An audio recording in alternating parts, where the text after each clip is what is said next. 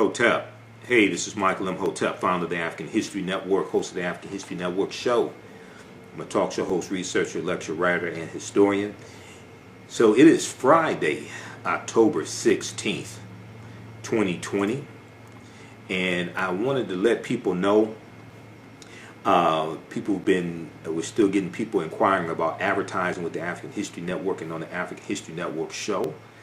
And now that I'm on Monday through Friday, want to let you all know that you can now advertise with the African History Network with the African History Network show on our weekly show. Okay, so email us at customerservice@africanhistorynetwork.com, customerservice@africanhistorynetwork.com. African American business owners who want to advertise your business. You may have an e-commerce store, you may have a brick and mortar store, whatever type of business you're in, whether it's health and beauty products, whether you are an author, whether you sell books, whether you have a home school or you deal with education, you can advertise with the African History Network. So what we do, we create a video commercial for you, and you may have seen in some of the rebroadcasts of our shows, you see the new video commercials. Okay, most of those I created. I do the voiceover, and you can send me a script. We put together that 30-second to 60-second video commercial, and then when we re-air the shows, we re-air them throughout the week. People see your commercial. This helps promote you. We also upload the video commercial to our Facebook fan page, the African History Network, and then also on our YouTube channel, Michael Imhotep, Imhotep. All right, African American business owners, post the name of your business here on the thread of the broadcast also. And email us at customerservice@africanhistorynetwork.com, customerservice@africanhistorynetwork.com, and we'll let you know how you can advertise with the African History Network. We can get you up and running today. So you'll get the video commercial, and then also our broadcasts are in audio podcast format as well. So we're on 9 different audio podcast platforms. We're on Blog Talk Radio, iTunes, iHeartRadio, Stitcher, Castbox, Acast, TuneIn. So when people listen to the audio podcast of these broadcasts, they'll hear your audio commercial as well. Okay, so you may have an upcoming conference or a virtual conference. I know, I usually speak out of state once a month or something like that. All that's been basically canceled, but people are having virtual conferences. You may have a virtual conference that you want to promote. You may have a restaurant, catering business. You may sell African jewelry, African clothing, African garb, etc. T-shirt company. Email us at customerservice@africanhistorynetwork.com. Now, a lot of people oftentimes say, well, when we look at other ethnic groups and races of people, we look at Arabs and Chaldeans and things like this. They have and Asians, they have a history of entrepreneurship. Okay, well, when we study our history, African people, we have a history of entrepreneurship as well. And when we look at the first economies, when we look at the great African civilizations that we love to talk about, whether we talk about ancient Kemet or ancient Egypt, whether we talk about Ta-Nehesi or Nubia or Ta-Seti, if we talk about Ethiopia or Abyssinia, we talk about Great Zimbabwe, things like this. We go into West Africa and we deal with Ghana, Songhai, and Mali. When we deal with these great African nations in these societies, we're going to see that they have some type of economic system. We're going to see they're engaging in commerce, they're engaging in trade. They usually have some type of African marketplace as well, okay? And we see that they're going to have control of land. They are involved in agriculture. They're growing their own food. They're not relying upon Asians and Arabs and Chaldeans to feed them, okay? They may engage in commerce and trade with other ethnic groups, other races of people, but they have control of land. They are engaged in agriculture. They have mineral wealth. There's an economy, and there's some type of government system. There's some type of structure as well. When we look at these great African societies, we see this. So in all actuality, we know that African people are the first farmers, we're the first entrepreneurs as well. That's in our history. But even in this country, we have a deep, rich history of entrepreneurship. We have the co-ops, the cooperatives. Dr. Jessica Gordon Nimhard is the author of the book Collective Courage. Collective Courage. And Dr. Jessica Gordon Nimhard is the author of the book Collective Courage. And Collective Courage deals with a history of African American cooperative thought and practice. A history of African American cooperative thought and practice. And I interviewed this sister back in about 2014, I think it was. Maybe it's about 2016 I interviewed her. And she was speaking here in Detroit. So I interviewed her to help promote the lecture. And her book deals with the deep, rich history of cooperative economics, the co-ops. And the co-ops, the cooperatives, those are African principles we brought with us from West Africa. And you're dealing with these cooperatives, like whether it's the Colored Merchants Association, whether it's things like the Colored Farmers National Alliance and cooperative unions.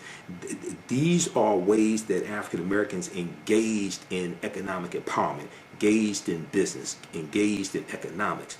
And it's a collective. The members were owners of the organization or of the business or something like that, as opposed to maybe just individual owners or maybe just a family owning a business. You had a collective and you could compete better.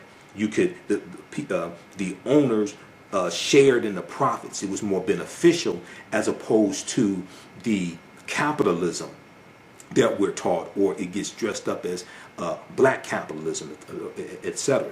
And what happened was a lot of African Americans went to white business schools, or they went to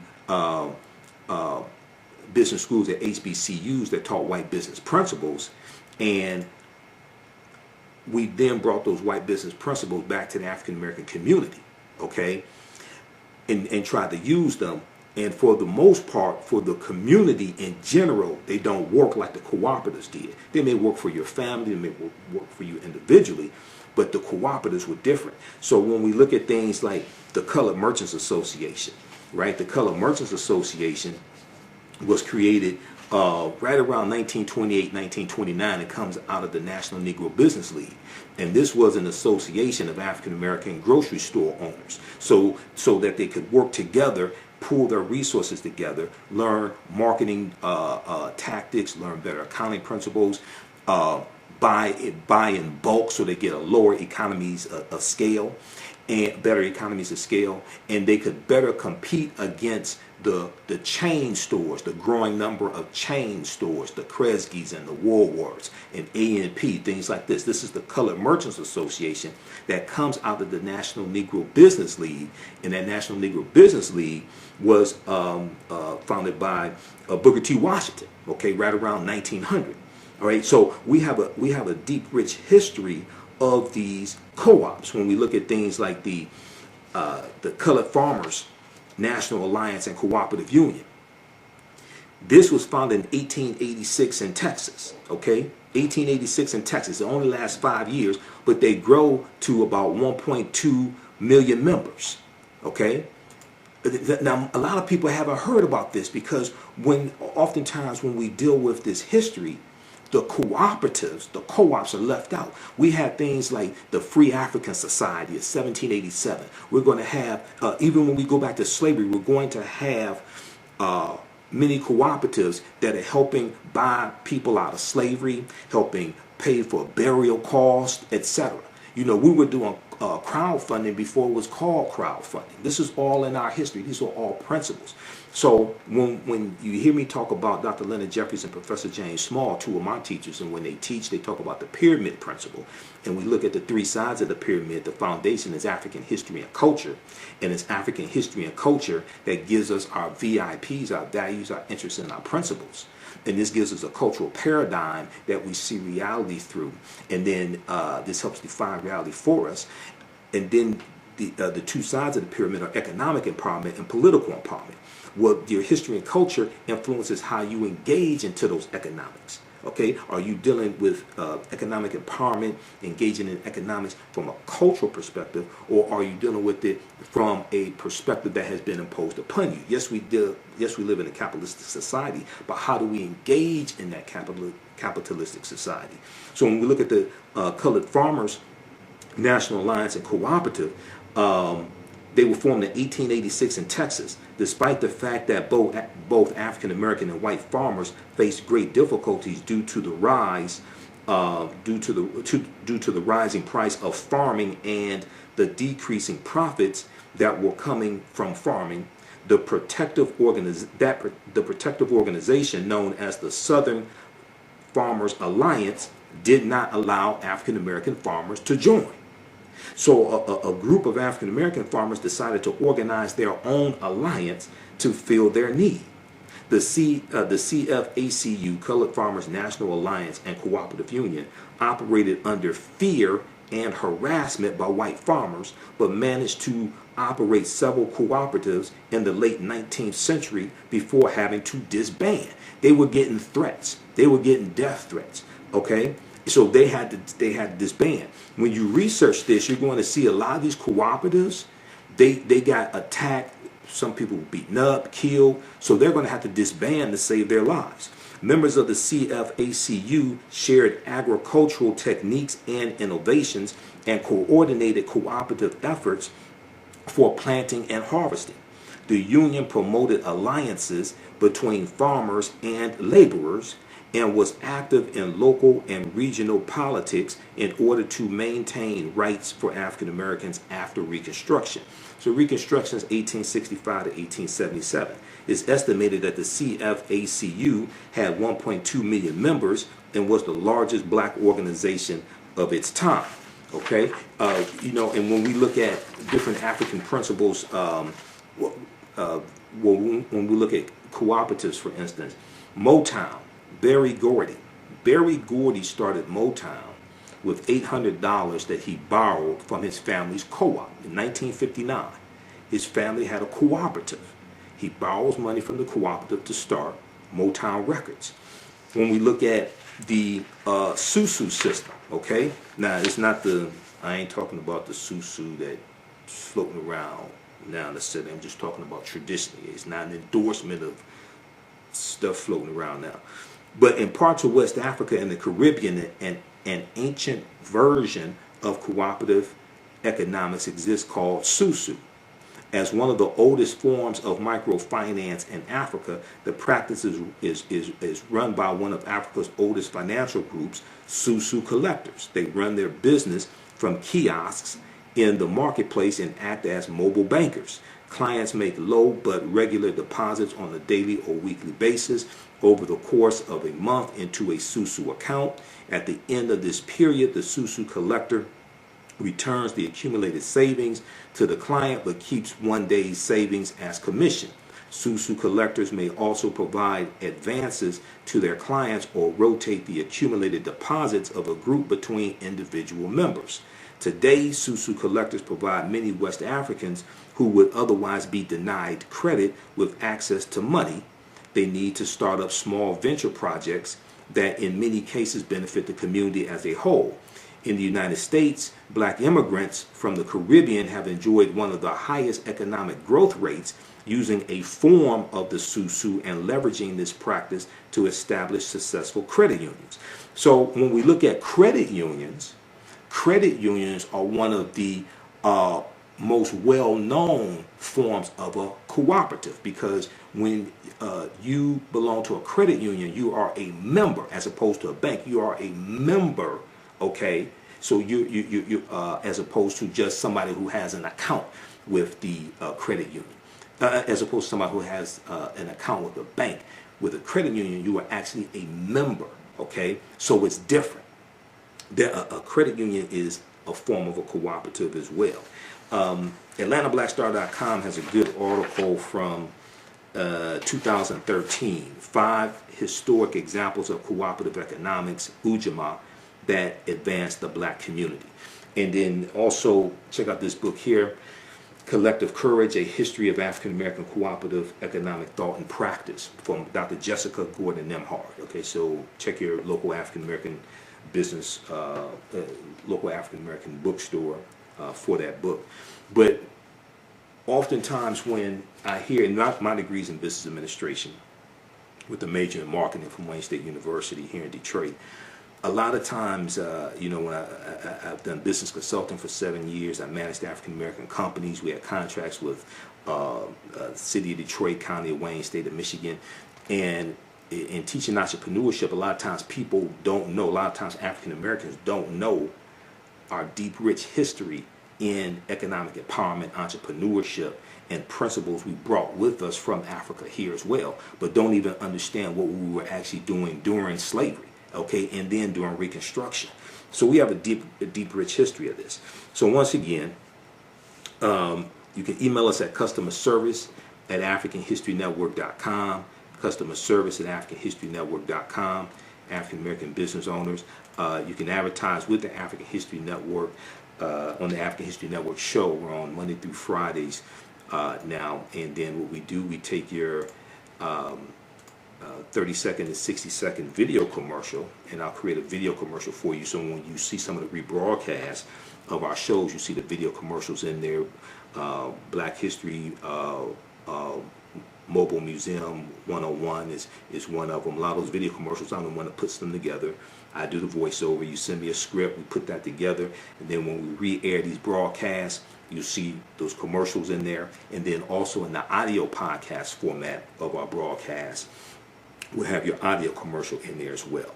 Okay, so we're on 9 different audio podcast platforms: iHeartRadio, FM Player, TuneIn, iTunes, Blog Talk Radio. So if you are African American book author, if you have a bookstore, whether you have a brick and mortar store or a e-commerce store, if you sell health and beauty products, clothing, African garb, or whether regular clothing, if you sell athletic gear, shoes, okay, you have a fitness website, if you have an upcoming conference or event, virtual conference, etc., we can help you market that at the African History Network. Email us at customerservice@africanhistorynetwork.com, customerservice@africanhistorynetwork.com.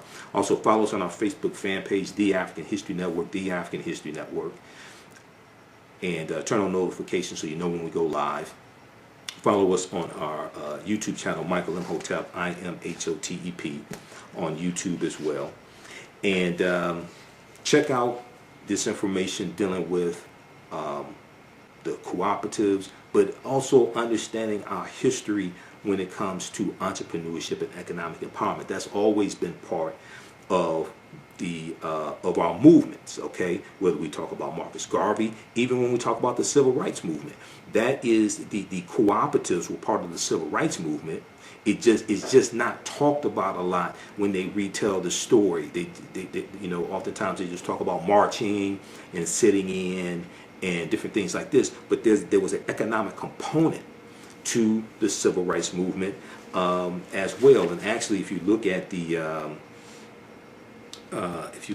article from Vice.com, Vice.com, how black co-ops can fight institutional racism. How black co-ops can fight institutional racism. It's an interview with Dr. Jessica Gordon Nemhard, and on page 6 of the article, the question was asked by the interviewer: what role has cooperative economics played in black communities in the U.S.? And she responded, African Americans have engaged in some form of collective economics throughout our entire history in America. Sometimes it was tilling kitchen gardens on Sundays when we weren't working as enslaved people and sharing the produce. Sometimes it was putting in dues to bury loved ones. By the 1700s and 1800s, we had more formalized systems of collective economics that were more enterprise driven, like insurance companies and collective farming. Eventually, we had collective grocery stores, like going back to the Colored Merchants Association in 1928, 1929. Okay, it was a cooperative of African American grocery store owners. Eventually, we had collective grocery stores, credit unions, and health care. Europeans eventually recognized the model around 1844, and it formally came to the U.S. African Americans then started forming official co-ops in the 1860s and 1870s. Okay, so Civil War is 1861 to 1865. 13th Amendment is ratified December 6, 1865. 1865, 1877, you have this period of time called Reconstruction, when putting the Union back together, rebuilding the South that was devastated because of the Civil War. And then we have the 14th Amendment, where we have the Civil Rights Act of 1866, which is giving rights to African Americans. The 14th Amendment of 1868, which gives citizenship. The 15th Amendment of 1870, which guarantees the right to vote to African American men, not women, but African American men. Okay, so you have this period of time. You have the Force Acts, F-O-R-C-E, the Force Acts of the 1870s, like the Ku Klux Klan Act of 1871, which is a federal law that is designed to really attack the Klan. Okay, and there's the Ku Klux Klan Act of 1871. So you have all this taking place. You have African Americans owning land, acquiring land. You have us winning seats in Congress. Most of them in the House of Representatives. You're going to have 2 in the Senate, okay, U.S. Senate. So all this is taking place during Reconstruction. So by the 1880s, labor unions were actually helping workers to start their own co-ops, and African Americans were involved in that too. So they were asked the question. She was asked the question: did co-ops play a role in the civil rights movement? She said it was what I call a silent partner to the movement. This was done by. She said this was done by blacks. So it's going to be a silent partner in the movement. Okay. The co-ops. Okay, so check out the rest of this article here, and we know that economic boycotts were part of the civil rights movement, but you're also going to have a component where you have co-ops helping raise money for the civil rights movement, and you have African American businesses, etc. You have people like A.G. Gaston, who was life insurance titan, business owner. You're going to have him putting up money to bail civil rights workers out of jail. All different types of things like this are going to take place. So oftentimes when the stories get retold, these different aspects are left out of it, the economic component. But another aspect is left out is the armed resistance, the armed self-defense when it comes to the civil rights movement as well. So that's why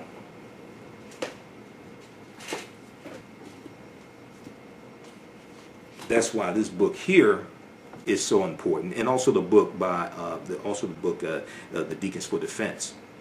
That's why this book right here by Professor Charles E. Cobb Jr. is so important. This nonviolent stuff that gets you killed, how guns made the civil rights movement possible.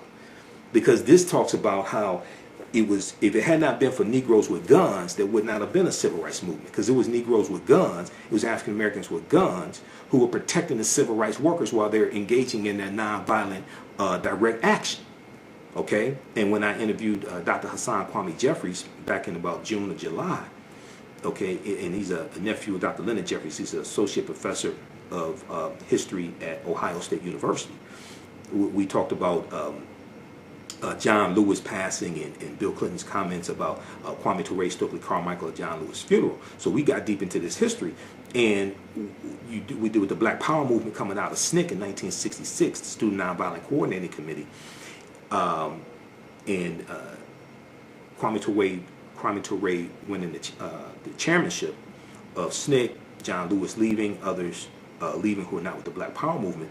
But we dealt with how you had you had African Americans with guns protecting the civil rights movement. Even before the Deacons for Defense and Justice is founded in 1964, I mean, we go back and look at Dr. King. Dr. King owned guns until Bayard Rustin convinced him to get rid of his guns. But in 1956, Dr. King tries to get a concealed pistol license in Montgomery, Alabama, because he's getting death threats during the Montgomery bus boycott. Okay, so when Dr. Jessica Gordon Nimhard was asked, did it play a role in the civil rights movement, she said it was what I call a silent partner to the movement. This was done by blacks partly to survive outside of U.S. capitalism, which was so exploitive. It was also a way to create independence and wealth so we could be more politically active.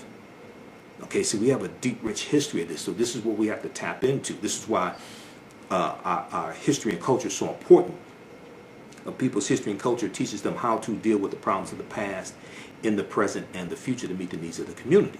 Okay, this is why this is so important. Okay, so once again, email us at customerservice@africanhistorynetwork.com. I didn't mean to go on so long, but I'm a teacher as well.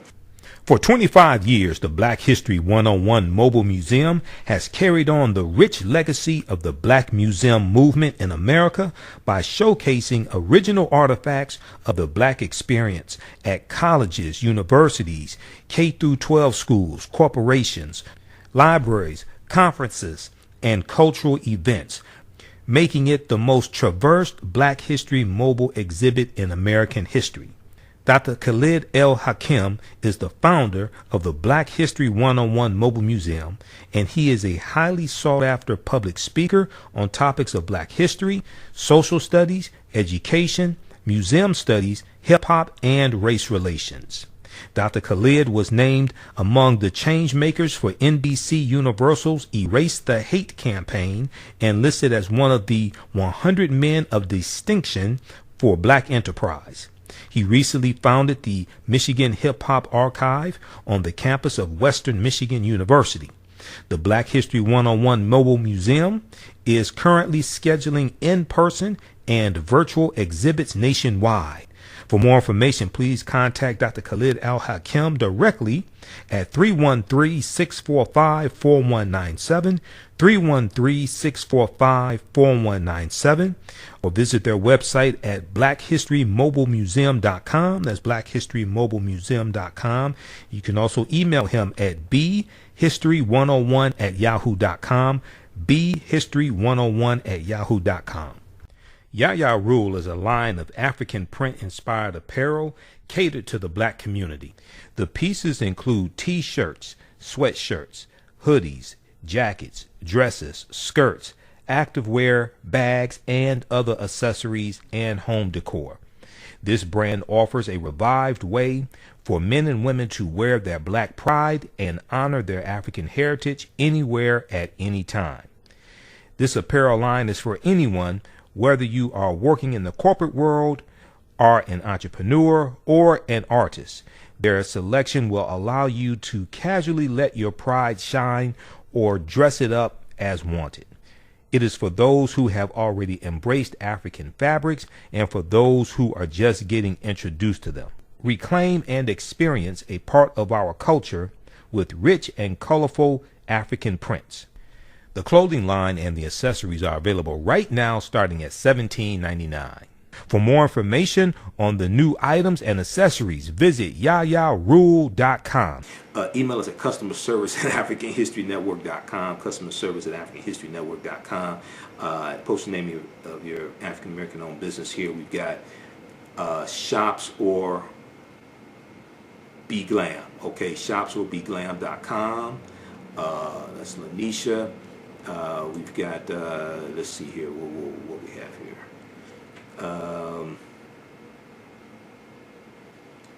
We've got, okay, we've got Patrick, Tamiko, okay, we've got Joe.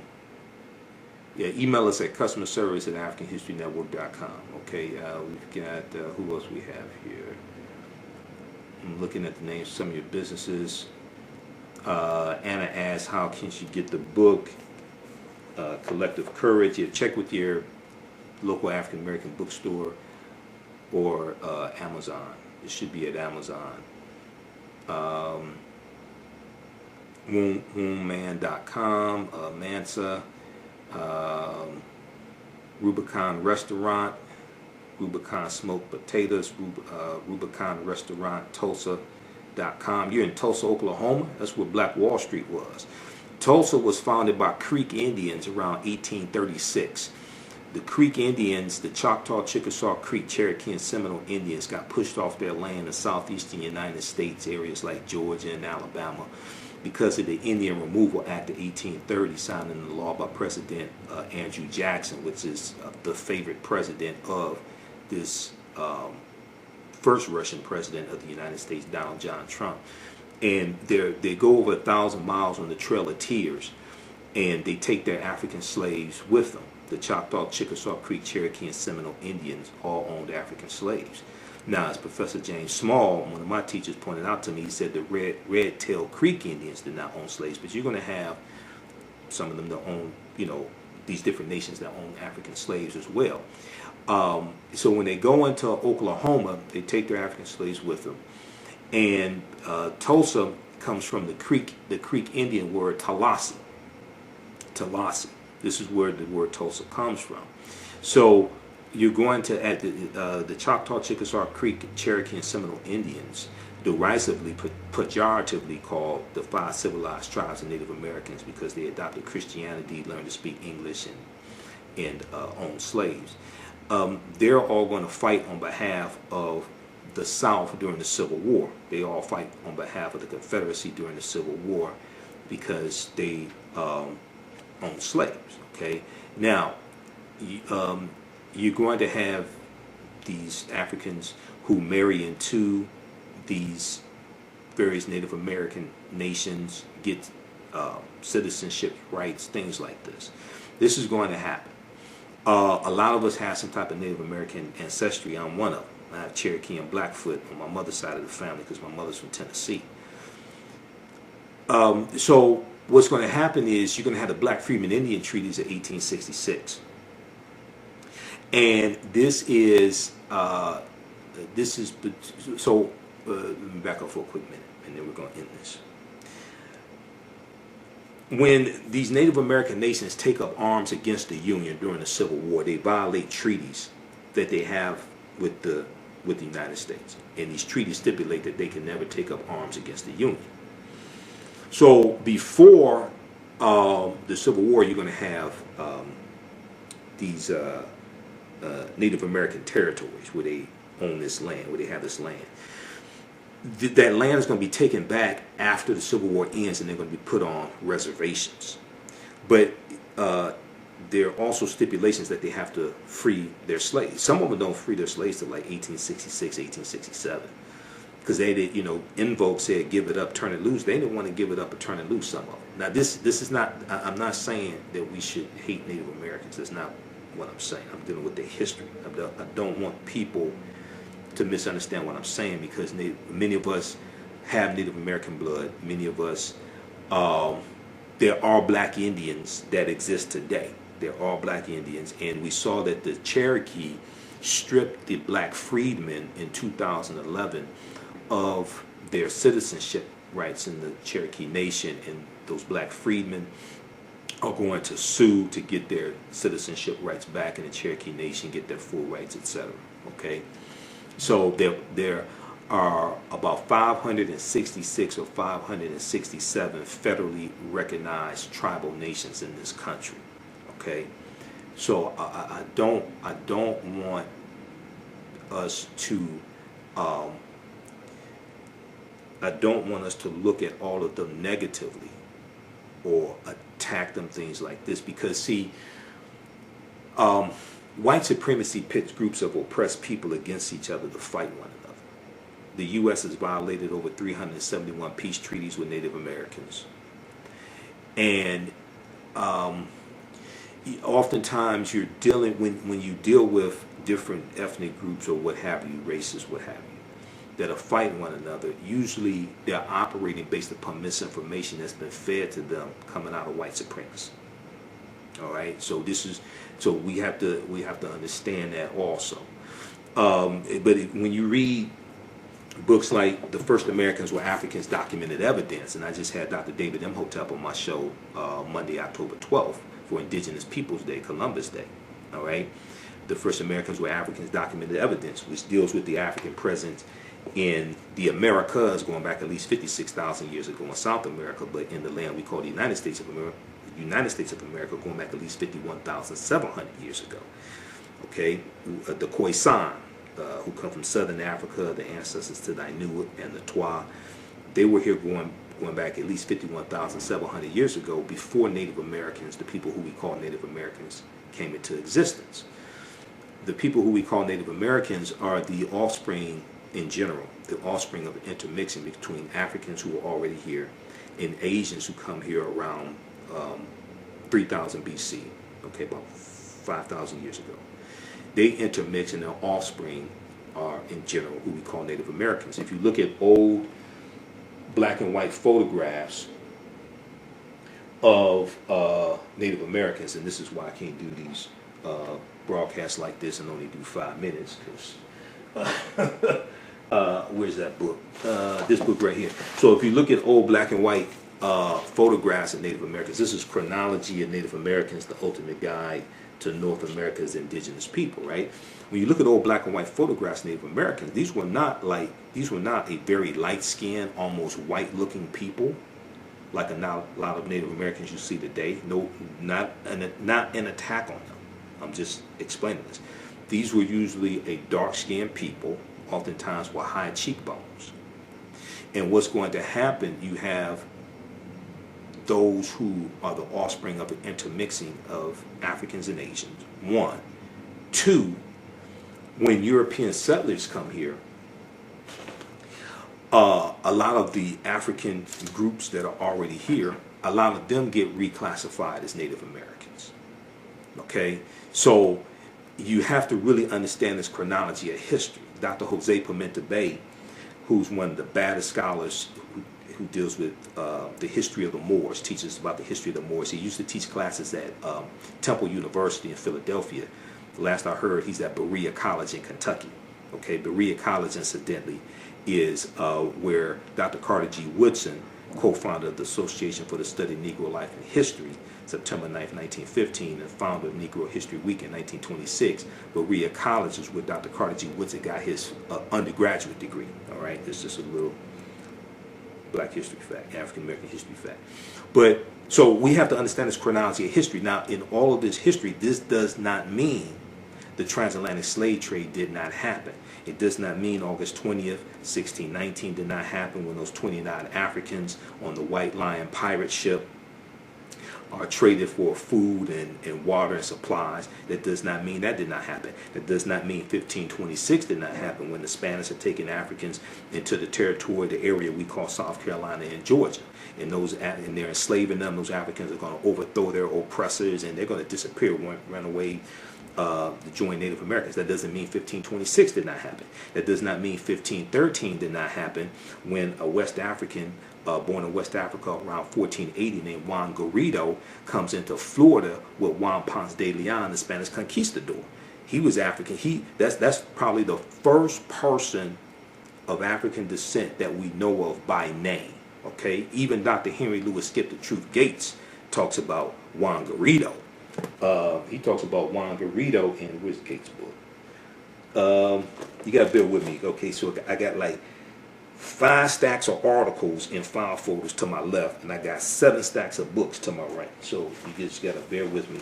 But in Gates' book, African Americans, Many Rivers to Cross, he talks about Juan Garrido. Okay, in the I'll show it to you. This book right here. Actually, 2 books. Okay, so the African Americans, Many Rivers to Cross. In 2012, Gates did this, I think, a 6-part series on PBS. This is the companion book to that PBS series. Okay, and he talks about Juan Garrido in here. It's page, I think it's in the introduction. And just bear with me, I really did not plan to be on this long. I got a lot of work to do. Page 4. Page 4. He's showing Juan Garrido and Juan Ponce de Leon. Okay? So, and then also in Gates' book, 100 Amazing Facts About the Negro. And Gates does do some good research. Now, there's some flaws when he talks about African involvement in the transatlantic slave trade, but I've read dozens of Gates articles. He does do some good research. Ancient African history is not his forte, though, you know. But this one right here, he talks about Juan Garrido in here as well, 100 Amazing Facts About the Negro. So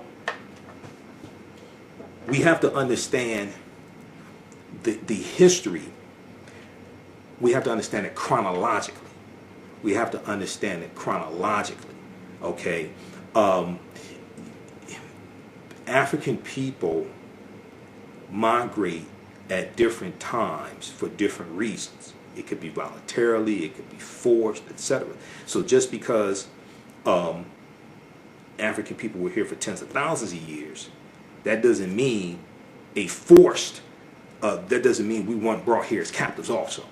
You have to understand the chronology of like the last 50,000 years of history as opposed to just the last 500 years of history. All right. Okay, so that's going to be it now. Okay. Also, if you like this type of information, you can donate to the African History Network. $ the AHN Show through Cash App. $ the AHN Show through Cash App. So that helps finance the research, helps us keep doing our Sunday night show. We're still on Sundays, 9 p.m. to 11 p.m. Eastern Standard Time on 9-10 a.m. Superstation WFDF in Detroit. Now we're on Monday through Friday, also 11 p.m. to midnight as well. So now I'm doing 6 days of radio a week. Okay, I'm doing 6 days of broadcast a week. All right, so email us customer service at AfricanHistoryNetwork.com. We'll get you up and running right away. And the other thing is, if it's a situation where you say, well, look, I want to take advantage of this because we have limited inventory, we have limited space. If it's a situation where you say, okay, well, look, I want to take advantage of this to lock in my ad space, but I won't be ready to advertise for a month, or I won't be ready to advertise till December or something like that. That's fine also. Still email us. We'll get you locked in. All right.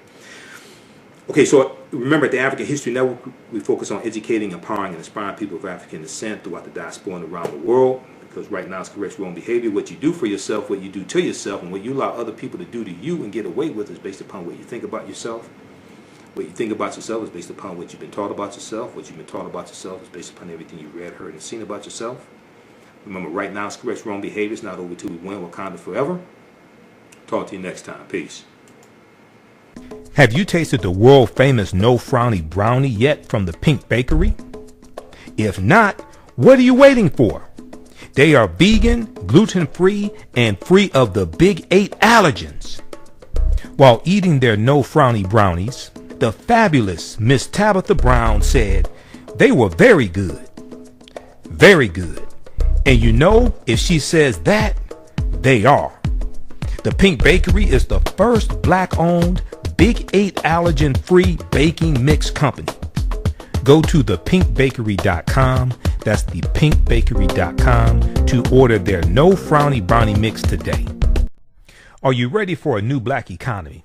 Well, Happy, the role of economics in the development of civilization, is a brand new documentary that will set you on a new path of knowledge and enlightenment. The Happy film gives viewers a snapshot of our economic history from the dawn of civilization right up until today. The underlying theme of the film is the interrelationship between the 3 essential components of economics, politics, and culture. Happy brings together the brightest and most prolific minds in the fields of psychology, history, business, and politics, such as Dr. Leonard Jeffries, Professor James Small, Dr. Julian Malveaux, Dr. Zahi Hawass, and Jabari Osazi, and more. Together, they deliver a message of cooperative economics, financial independence, and a pride that we can all be inspired by.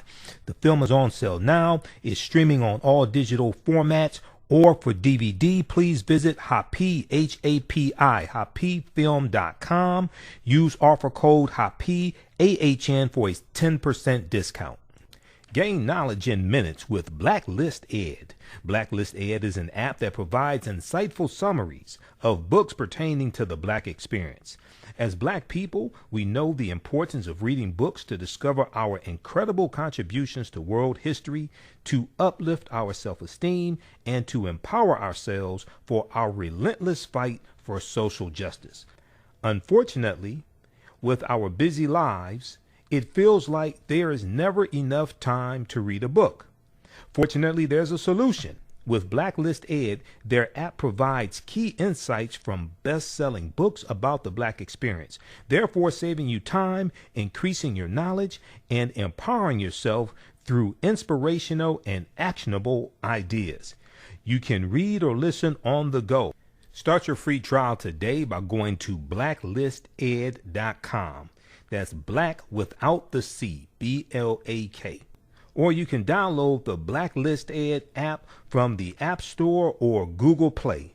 Blacklist Ed, empower yourself. Revitalizing, restorative, indulgent, essential. Crea's Love Butter Raw Shea Butter Collection. How do we know if our skin products are truly delivering all of the health benefits they should? Crea's Love Butter is a thoughtful combination of hand-selected ingredients designed to enhance the level of your skin's health. Crea's Love Butter is an ideal gift for health-conscious loved ones and is a pleasure to both give and receive. They've harnessed the restorative powers of raw shea butter and infused it with their love and passion for revitalizing skin that you will undoubtedly feel from the first use. Visit their website today, creaslovebutter.com. CREAS, creaslovebutter.com. Put your skin in the game. Yaya Rule is a line of African print-inspired apparel catered to the Black community. The pieces include t-shirts, sweatshirts, hoodies, jackets, dresses, skirts, activewear, bags, and other accessories and home decor. This brand offers a revived way for men and women to wear their Black pride and honor their African heritage anywhere at any time. This apparel line is for anyone, whether you are working in the corporate world, are an entrepreneur, or an artist. Their selection will allow you to casually let your pride shine or dress it up as wanted. It is for those who have already embraced African fabrics and for those who are just getting introduced to them. Reclaim and experience a part of our culture with rich and colorful African prints. The clothing line and the accessories are available right now starting at $17.99. For more information on the new items and accessories, visit